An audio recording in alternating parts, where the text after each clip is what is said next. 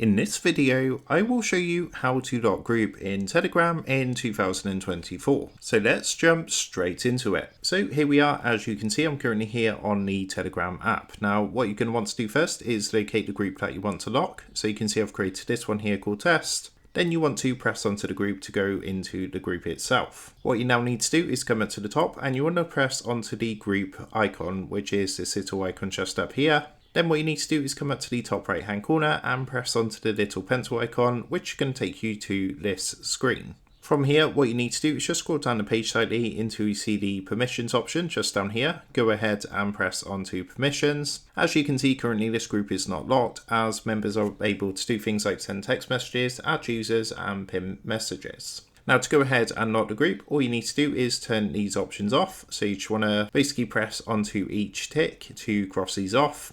Once you've done that, just come up to the top right hand corner and press the tick icon to confirm your changes. As you can now see, the permissions is saying 0 out of 13, which means the group is now locked, and we can just come up to the top right hand corner and press the tick to confirm.